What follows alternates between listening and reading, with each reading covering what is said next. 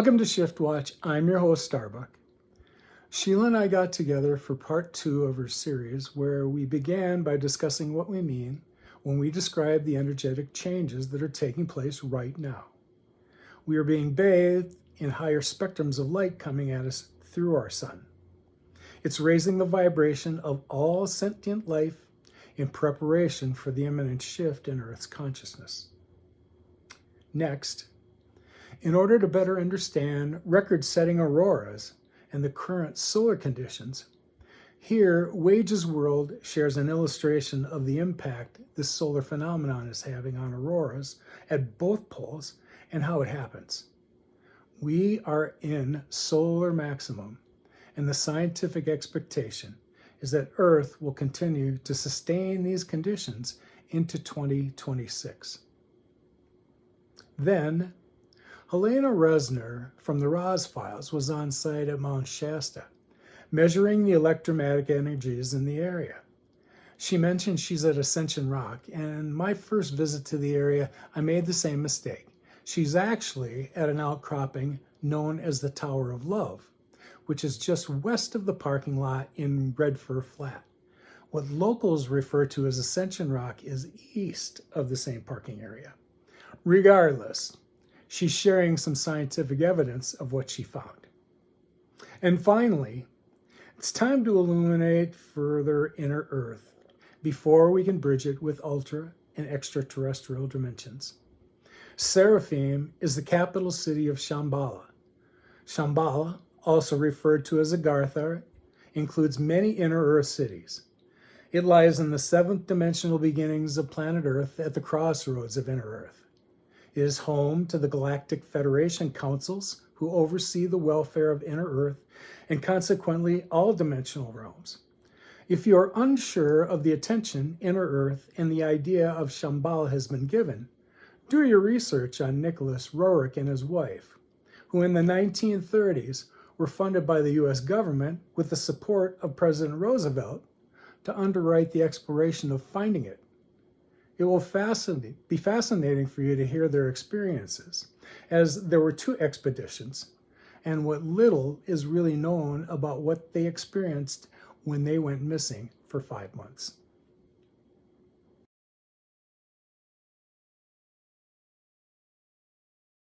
This was supposed to be a platform where people that have questions and didn't have anywhere else to ask them, here's where you get to do that without any fear of judgment, and there's no risk in opening up, because we all had these remarkable experiences, and who do you get to unpack those with? Well, here is where we get to do that. Exactly. So I found you when I was listening to a video, and serendipity and synchronicity, and what we talk about that is that the galactic and cosmic energy is bringing us to find each other and to be able to help other people go through this transition that we're going through. The transformation, the transcending, but mostly the ascension and what is happening. So when I found out about you, about going into Telos, I mean, that's my area. I love that area. I'm a galactic grandmother. I have the consciousness down there from Lemuria, so I understand. And I think the last thing that we talked about was those fractal wells. And we were talking about rabbit holes. You call them rabbit holes. Why do you call them rabbit holes? Why do you call them rabbit holes? And how does that, what does that has to do with what's going on now in this energy? Didn't you grow up with the idea that you go down these rabbit holes when you were researching new information? Well, that's how I refer to them, because since this began, there have been a lot of rabbit holes of information I needed to just understand for myself. There was a lot of them. None of this information was covered in any platform I'd been in before. School didn't cover it. No. Church, No. as long as I was involved in it, nope, didn't cover it. None of my friends, really, we didn't talk about this. And it certainly wasn't mainstream. So when you began having these extraordinary experiences beyond, your 5 senses and their ability to interpret them, there's a different, you're leveling up.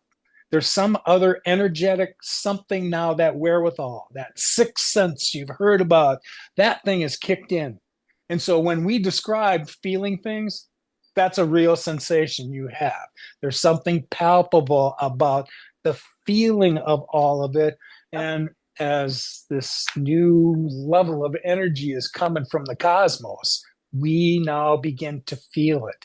Even people who might not have my level of awareness are beginning to sense some other crazy changes. Now, when this all began, that was the part I wanted to focus my attention on. The physical parts.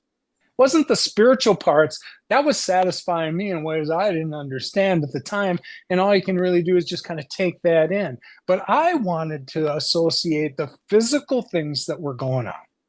If I was really going to help others, then I had to understand what those physical changes you're talking about are.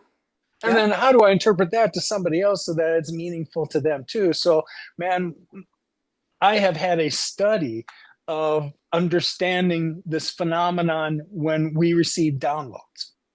And the way it was kind of explained to me a few years ago, and it resonated with me, that when we get ringing in our ears, we grew up understanding what the doctors told us tinnitus was. Well, I never got it in the same place, and I would get it frequently in different ears. So I wanted to understand what that was about. Well, once I came in touch with this idea of these downloads and what we're receiving, because I knew I was getting some other wisdom somehow. I just didn't know how. Exactly. That's when it became more plain that when I was getting this sensation in my left ear, those are spiritual downloads. And man, was I on an accelerated rate. I would get those frequently.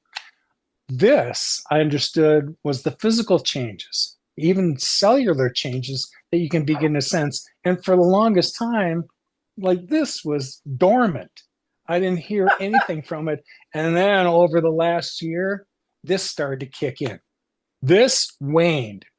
And it seemed as though I'd almost, whatever spiritual things I was supposed to get along the way, yeah, I have plenty of that that's unpacked. It's this side now that I believe it's more important for us to associate these physical changes, because this is the part that every other human being is going to want to understand from a 3D perspective. Exactly. And a lot of people are hearing the words ascension symptoms, and they have different categories of how explaining it. But I had the ringing in the ears in both ears since I was a child. But also my being able to see angels and talk to them since I was a child was already up there.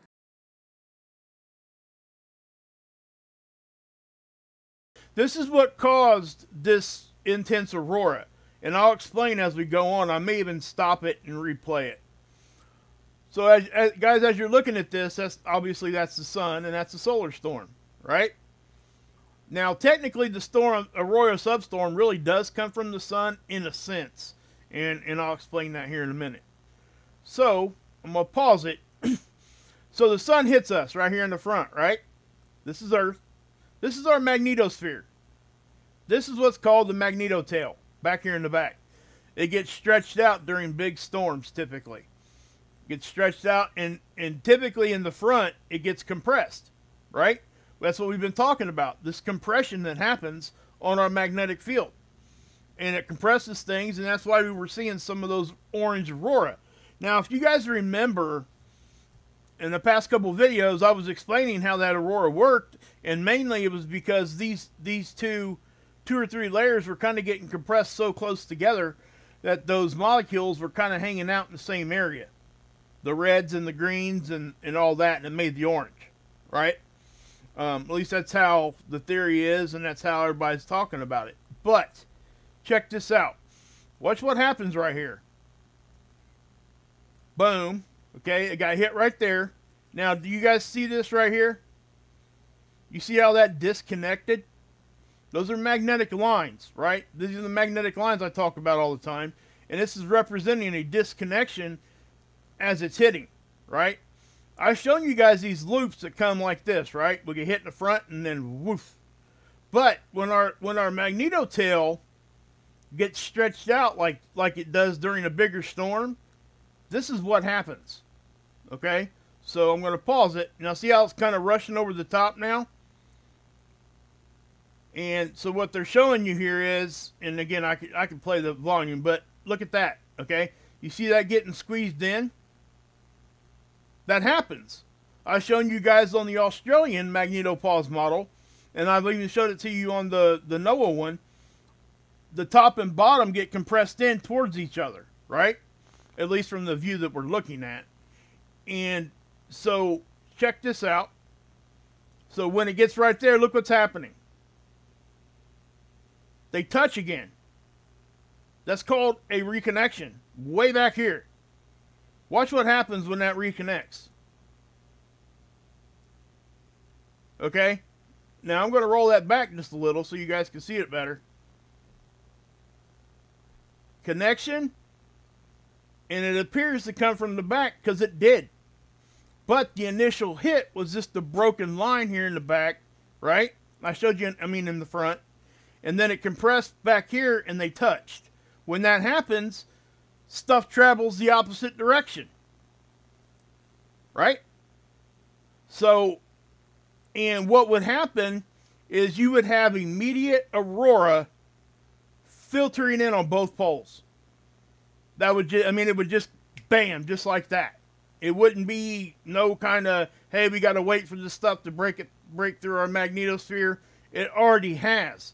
This is our magnetotail reconnecting with itself basically in our Earth circuit. Okay? So boom, woof, comes in on the poles. And it even goes out the front some. So we've seen these things look like on some of these magnetosphere models and stuff sometimes, look like it just blows out the front, right? And everybody freaks out.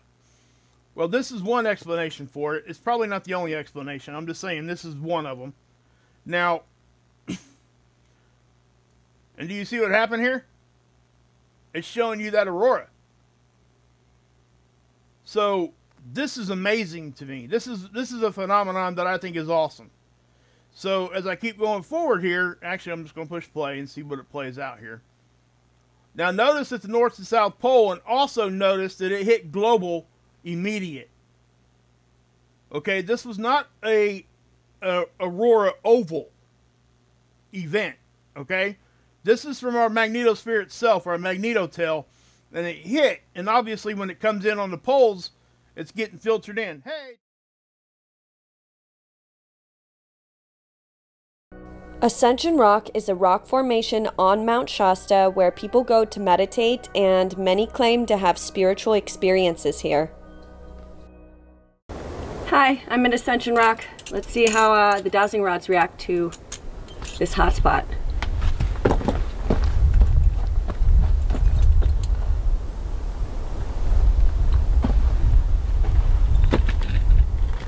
And they react as soon as I get within a couple inches of the rock face. Try it again here.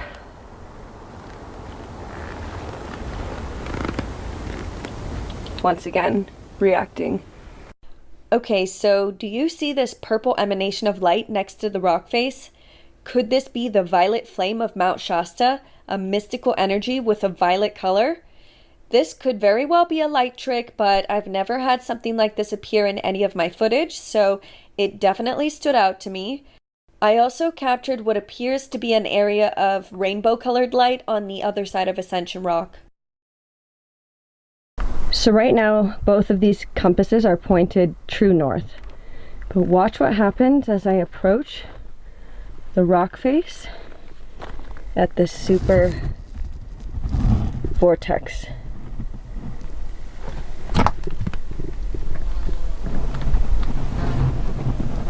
The hell? What the f?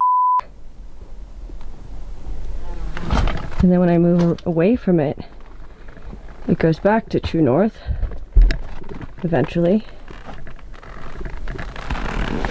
Okay, it still hasn't gone back to north.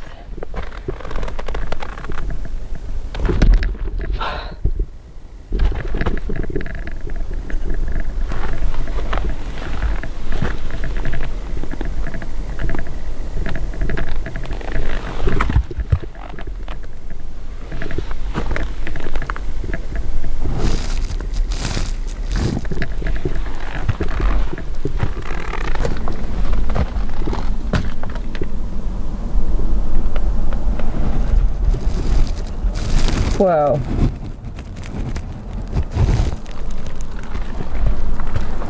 And then look, they reorient eventually.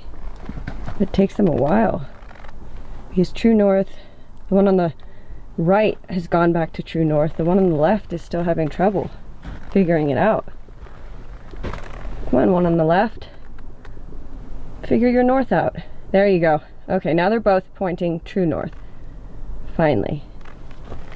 This spot is super magnetically charged.